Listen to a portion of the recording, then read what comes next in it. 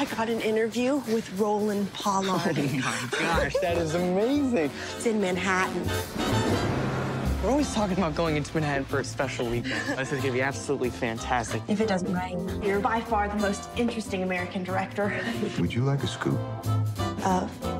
Salut à tous, et bien aujourd'hui sort, comme chaque année, un nouveau film de Woody Allen. Il s'appelle Rainy Day in New York, en jour de pluie à New York. Alors qu'est-ce que ça raconte? C'est l'histoire de deux jeunes gens qui décident de venir passer la journée à New York. C'est pas plus compliqué que ça. Ces deux jeunes gens sont incarnés par Elle Fanning et Timothée Chalamet, deux acteurs très en vogue et des acteurs qu'on n'a jamais vus chez Woody Allen, qui a l'air de rajeunir son casting. Pour cette raison-là, le film est plutôt bien. Alors, Rainy Day in New York, c'est pas un film d'action, c'est pas un film où il se passe grand-chose. Elle vient à New York pour faire l'interview d'un réalisateur pour son magazine de fac, donc elle vient pour faire cette interview. Lui, Timothée Chalamet, il l'attend, il rencontre des gens pendant ce temps, il ne se passe pas grand-chose, il se met à pleuvoir. Tout ça, ça va et vient, c'est assez futile, c'est léger, voire superficiel, et pourtant, on s'attache à ces personnages de manière assez curieuse, et c'est dû aussi bien au dialogue qu'au choix des comédiens pour les jouer, pour incarner ces dialogues.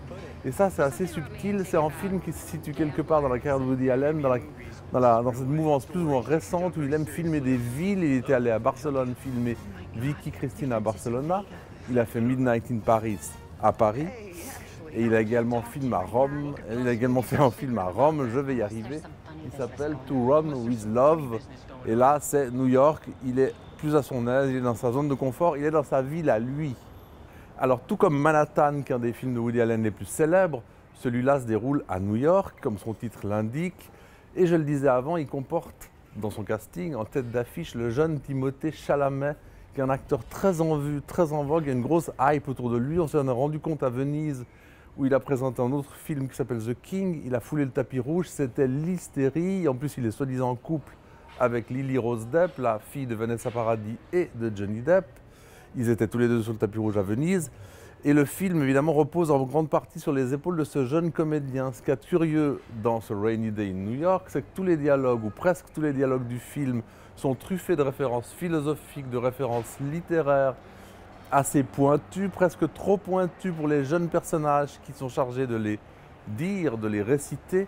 Ça crée un contraste que je trouve personnellement plutôt intéressant, qui donne du piment à ce film, qui lui donne du relief, un relief inattendu. C'est pas un film aussi plat qu'on pourrait croire, c'est un film plus ensoleillé que son titre, et c'est pour cette raison que je vous le conseille. Il y a un Woody Allen par année qui sort, il ne faut pas le manquer. Tout comme les autres, je suis fan de Woody Allen, je ne le cache pas, donc je vous conseille d'y aller ce mercredi.